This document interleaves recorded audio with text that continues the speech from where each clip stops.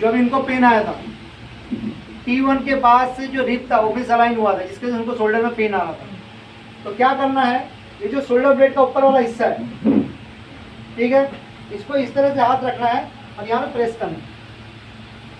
फिर ये हमारा जो रोटेटर काफ्ट है उसके नीचे आपका हाथ आएगा, लूज रखना बॉडी को लूज रखिए, आप लूज रखिए, पूरी टाइट है। इसको दबाना है, इसको ऊपर खींचना है, इसको दबाना है, इसको दबाना है, इसको ऊपर खींचना है, बस। तो ये साइड हाँ शोल्डर को ऊपर खींचना है। हाँ, ये जो शोल्डर ब्लेड का ऊपर का क्रिस्ट है ना, वहाँ पे हाथ आएगा, इसको ऊपर से ऊपर खींचना, बस। स्कैपुला के ऊपर हाँ, स्कैपुला का जो बॉर्डर लाइन है ना, जी। उस पे आएगा, ये इस तरह से, इस तरह से, और इसको फिर ऊपर की तरफ खींचेंगे। तो ये जो रिप है वो सेट हो जाएगा।